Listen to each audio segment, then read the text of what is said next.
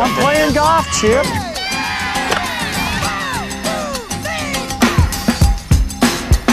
I'm here with Jim Colbert. Jim, what are you doing in this event?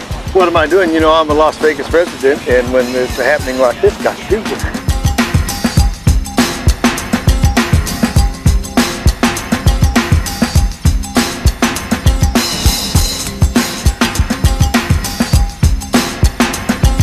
I want to kick your butt, basically.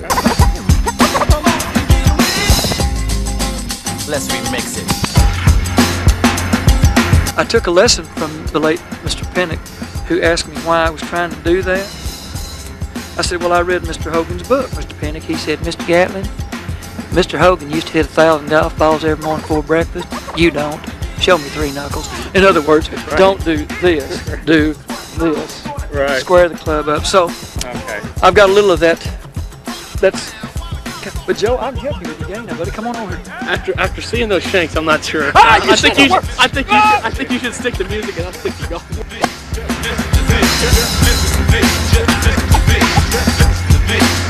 Golf and music, it's so cool. I'm here with Huey Lewis. Today it's Huey Lewis for News 8 Austin. Now, what do you prefer, golf or music, or what seems to be your deal? Well, I make more money playing music, but golf's my passion. You know, you and I have played a lot of golf together. Don't give up that day job. I won't, trust me. I know it's a tough job, but somebody's got to do it. From Augusta National, I'm Chip Thomson for Central Florida, News 13.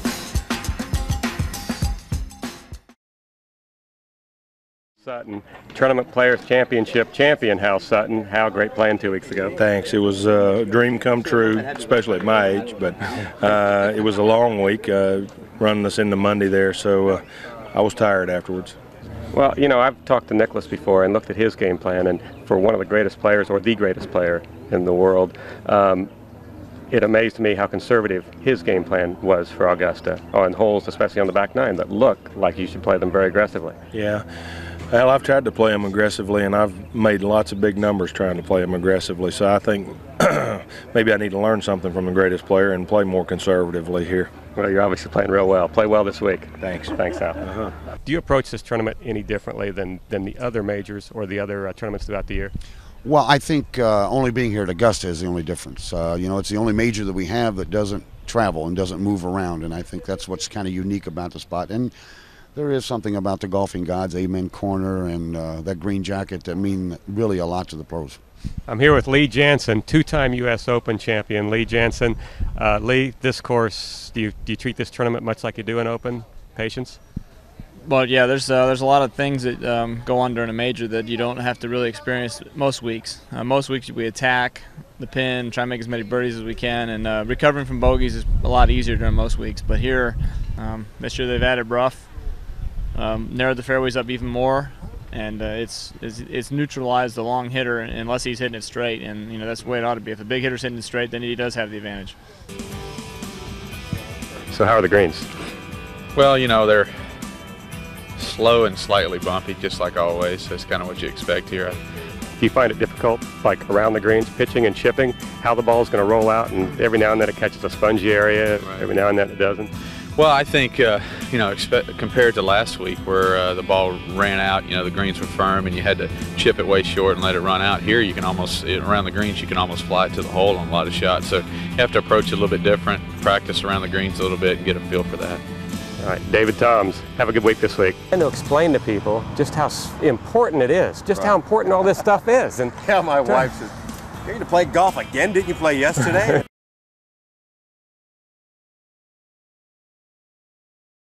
Hello everyone, Chip Thomson coming to you with another Chip Shots from Barton Creek, literally. Now we've just hit a shot into the water. What do? Too many people go ahead and just take a drop and go ahead and take their penalty shot. As a rule of thumb, if you can see any part of the ball sticking out of the water, you might as well get in and play it. You can blast it out just like a bunker shot and save yourself a penalty stroke. We saw Steve Lowry do that recently at the Castle Pines at the International when he had to make a birdie. Way to hit that shot. First, we better put on our rain suit. Here's how to hit that shot, folks. Get your rain pants on. Take a stance in the water. Get yourself a good, secure stance. play it just like a bunker shot. You want to drive the water towards the hole, just like you drive the sand towards the hole. Set yourself up.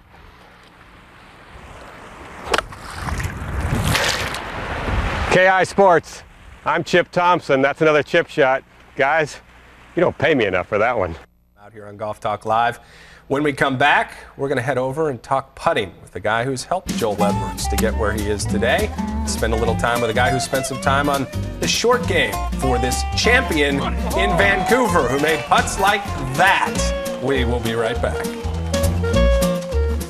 The path. Welcome back. Joel Edwards rolling in a few putts here. As we look at this statistic, you can log on to thegolfchannel.com. We call it Game Tracker.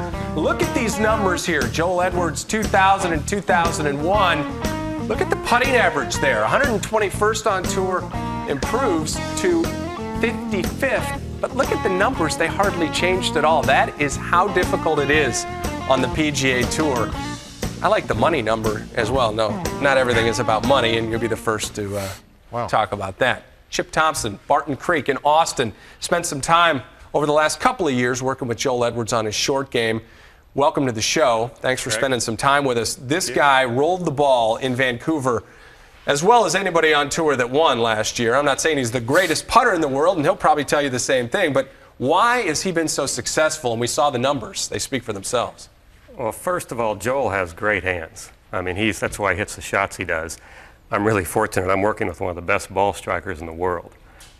So any improvement at all with short game and putting was going to really show up. But he has great hands, so he could actually be fundamentally incorrect and still get the ball to the hole. But the problem was, we've never talked about this, but I'll bet you practice, no matter how much you practice, it never got much better, because if you don't, if your fundamentals aren't correct, you're not imparting the same kind of hit on the ball each time. So nothing's consistent. So you're really not practicing the same thing each time. I'm going to let you roll the ball in, because you did that already while we were looking at that graphic. And I just wish you would have got it this before I guy, did it. one of the golf doctors, so to speak. When we come back, whew, nice putt, Finally. champ. It doesn't matter what club. If your fundamentals are correct, here's a 7-iron. Set yourself up into the target. Make sure the body releases. You can hit shots with 7-irons, pitching wedges, sand wedges. Keep your fundamentals right. Make sure the body releases in your sand play. From Barton Creek, I'm Chip Thomson, and that's another KI Chip Shot. Making more putts is the best way to shave strokes off your score. And there's no faster way to improve your putting than with the Sergio Garcia Putter Ball. Here's how it works. The putter ball's revolutionary spherical shape is scientifically designed so that off-center contact with a golf ball will result in a missed putt. But the putter ball teaches you the correct swing line, so you develop a smooth, rhythmical stroke, resulting in solid contact with the sweet spot, so you make more putts. With the Sergio Garcia Putter Ball, you'll see an immediate improvement in your putting accuracy and consistency. Since I've been using the putter ball, I'm a lot more consistent. It really helps me get my tempo and my swing line a lot better. I think I've improved my putting stroke a lot, and I'm able to go on the same line every single time. I think the putter ball is the finest practice device I've ever seen in my lifetime. You can always recover from a bad drive, but you cannot recover from a missed 2-foot putt. Nothing is more important to consistent putting than good, solid club face to ball impact. The putter ball allows instant feedback. It tells me what I can do to change my stroke to allow good, solid impact. The putter ball trains you to